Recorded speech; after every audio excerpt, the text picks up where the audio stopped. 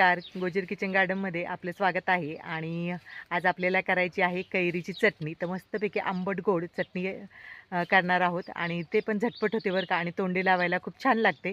तर चला, आता आंब्याच्या झाडाला भरपूर अशा कैऱ्या आलेल्या आहेत आणि बऱ्यापैकी मोठ्या मोठ्या झालेल्या आहेत. हे पहा, छानपैकी अशा आलेल्या आहेत. आणि आंब्याच्या सीझनमध्ये अशी कैरीची चटणी खायला कोणाला आवडणार नाही, तर सगळ्यांना आवडते.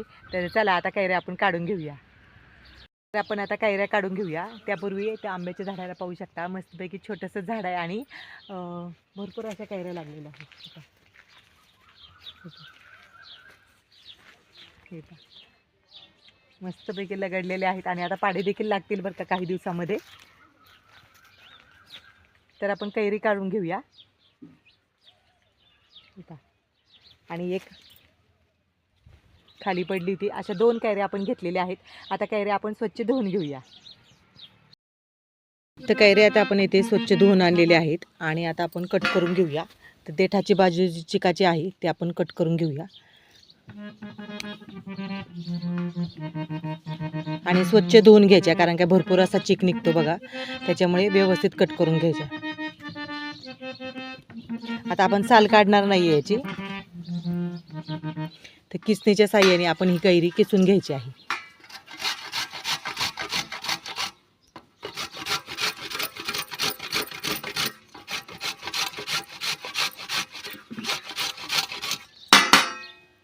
लांबट आकारामध्ये असे किस पडला जातो. आता सर्व कैरी आपण अशीच किसून घेऊया.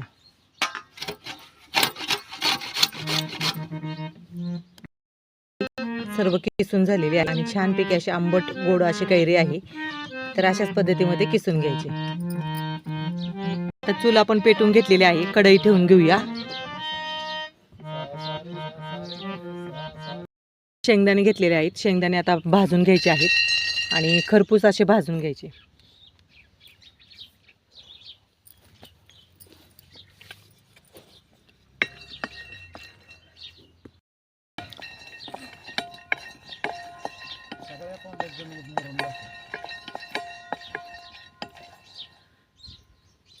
तसे साल निघेपर्यंत शेंगदाणे आपल्याला खरपूस असे भाजून घ्यायचे आहे. आता आपण खाली उतरून घेऊया. हातावरती थोडेसे आता आपण चोळून घेऊया आणि टरफले काढून घेऊया. त्यांची साल आता आपण काढून घेतलेली आहे. आता पुन्हा कढई आपण चुलीवरती ठेवूया. आता आपण जी कैरी किसलेली आहे ती टाकून घेऊया. आणि या कैरीच्या चटणीमध्ये अजिबात आपल्याला तेलाचा वापर करायचा नाही आहे, बिना तेलाची चटणी करायची आहे आणि मंद आचेवरतीच करायची. तर कैरीचा किस जो आहे तो आपल्याला 1-2-3 मिनटं चांगला परतून घ्यायचा आहे आणि सतत ढवळत राहायचं आहे, म्हणजे जेणेकरून कैरी खाली लागणार नाही.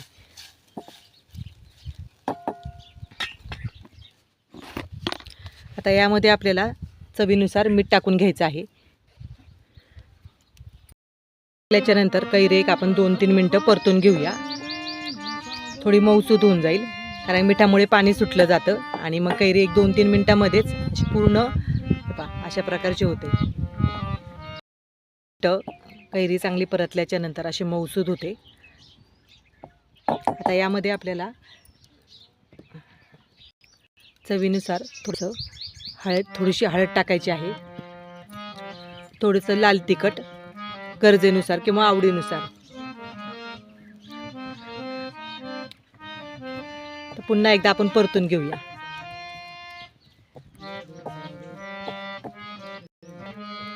आता यामध्ये आपण गूळ टाकूया. गूळ थोडासा फोडून घ्यायचा, म्हणजे विरघळला देखील पटकन जातो. आणि पुन्हा एकदा आपण परतून घेऊया. आता गुळामुळे पाणी सुटलं जाईल आणि त्यामध्येच आपली कैरी चांगली मऊसूद होईल आणि मस्तपैकी अशी कैरी लागते बघा. तुम्ही नक्कीच या उन्हाळ्यामध्ये अशीच कैरीची चटणी करून पहा.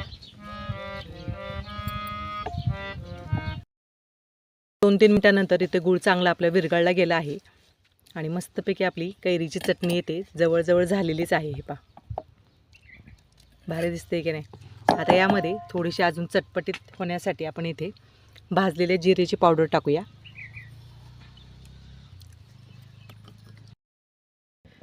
तर आपली कैरीची चटणी इथे झालेली आहे. खाली उतरून घेऊया.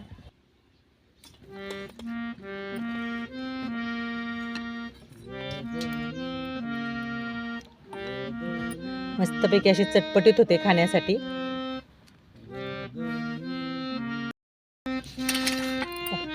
तर आपली किती कैरीची चटणी इथे झालेली आहे. आणि तुम्हाला जर आवडत असेल तर यावरून भाजलेले शेंगदाणे टाकू शकता.